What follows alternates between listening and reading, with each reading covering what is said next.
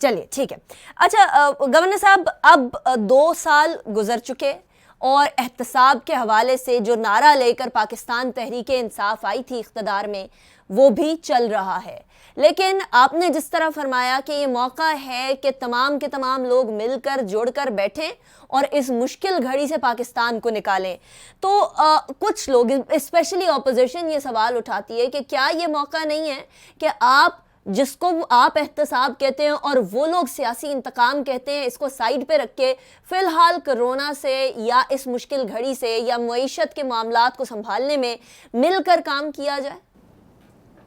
لیکن ایک بات تو بالکل میں یہ بلیو کرتا ہوں کہ سیاسی انتقام جو ہے وہ کسی بھی معاشرے میں نا ایکسیپٹیبل ہے، نہ اس سے جو ہے ملک کو یا قوم کو فائدہ پہنچتا ہے. اسی لیے ہماری پارٹی جو ہے سیاسی انتقام پہ یا میں سیاسی انتقام پہ یقین نہیں کرتا ہوں. لیکن ہم تو صرف یہ کہتے ہیں کہ رول آف لاء میں سب لوگ برابر ہونا چاہیے، اور اگر احتساب ہے تو اکراس دا بورڈ ہونا چاہیے، اس میں بلا تفریق ہونا چاہیے، بلا امتیاز ہونا چاہیے.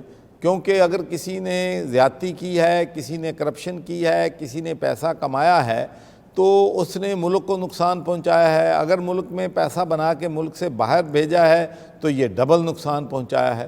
احتساب ہونا چاہیے، احتساب سب کا ہونا چاہیے، احتساب پہ کمپرومائز نہیں ہونا چاہیے، اس لیے کہ کرپشن نے اس کی ملک کی جڑیں جو ہیں وہ کھوکھلی کی ہیں.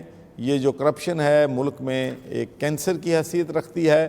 لیکن یہ بات بالکل میں بلیو کرتا ہوں کہ دنیا میں کہیں بھی آپ چلے جائیں، جن ملکوں نے ترقی کی ہے، جن ملکوں میں خوشحالی آئی ہے، جن ملک رول آف لاء لے کے آئے ہیں، رول آف لاء اسی وقت ہوتا ہے جب 100% لوگوں پہ ہو، چاہے وہ اقتدار میں ہیں، چاہے وہ اپوزیشن میں ہیں، چاہے وہ امیر ہیں، چاہے وہ غریب ہیں، چاہے وہ طاقتور ہیں، چاہے وہ کمزور ہیں. انصاف کی نظر میں سب برابر ہونا چاہیے اور ہر شخص کے ساتھ انصاف ہونا چاہیے، اکاؤنٹیبلٹی ہونی چاہیے، ٹرانسپیرنسی ہونی چاہیے.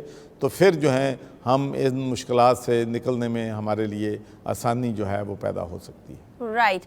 اچھا